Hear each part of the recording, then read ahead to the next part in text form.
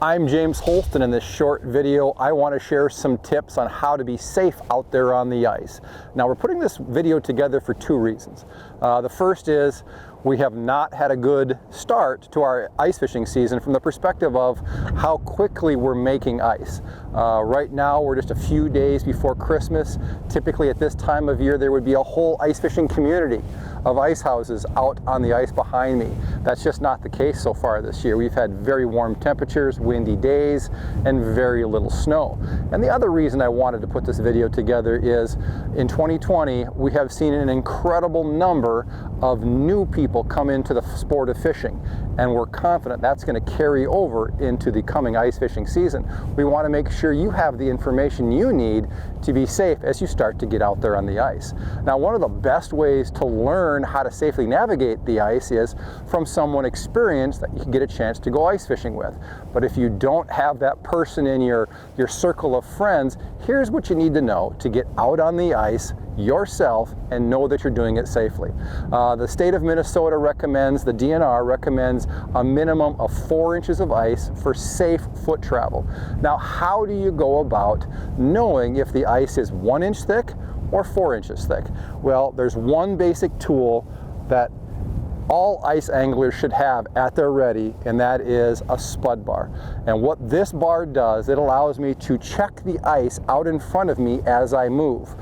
Don't check the ice right at your feet. You can kind of spot the inexperienced guy that grabs the spud bar the first time, walks out on the ice and starts pounding right between his toes. That doesn't tell you what you need to know. If the ice is too thin at that point, you just fall into the lake. They're long, so you're able to stab out in front of you to detect areas of thin ice before you actually get to them. If you're out on a body of water, you're spudding along, the spud isn't going through the ice, you probably have 3 or 4 inches minimum.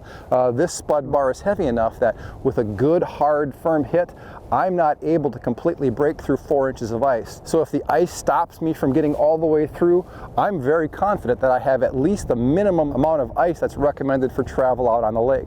Now, if suddenly as you're walking along, checking out in front of you, the spud bar goes all the way through, it's time to just reverse direction, go back the way you came, and find an alternative route around that area. It's not uncommon to find pockets of ice surrounded by safe, 4 or 5 inches of ice, and you'll just have a little pocket that's 1 or 2 inches thick.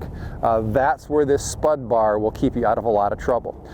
There's a couple other items that I recommend strongly. One is the clothing that I'm wearing. If you're in the market to add some new clothing as you start to get into ice fishing, keep in mind that a lot of the new suits that are out there on the market, specifically tailored for the ice angler, include flotation layers in the construction. This is a Strike Master Pro suit.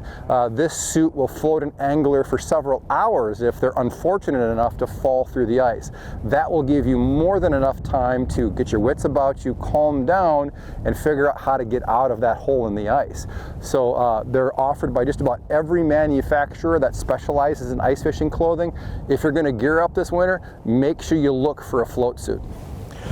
The final piece of equipment that I would recommend are safety picks.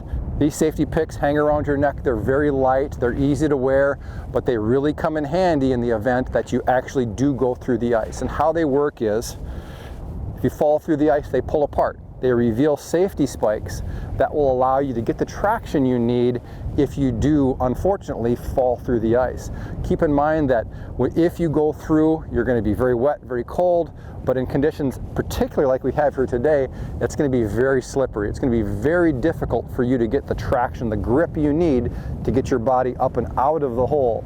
That's where this $10 item, it's worth its weight in gold. This is a set of Rapala safety ice picks. There's a number of manufacturers that offer them, and they all perform the same function. They're going to allow you to get out of that hole in the ice in the event that something catastrophic happens. Now, before we close, I do want to point out that there is other equipment that you could add to this list. Rope, a whistle to call for help. But this, in my mind, is the bare minimum that you need to get out there on the ice, enjoy the great sport of ice fishing, and do so safely. So thanks for watching. Happy holidays, everyone.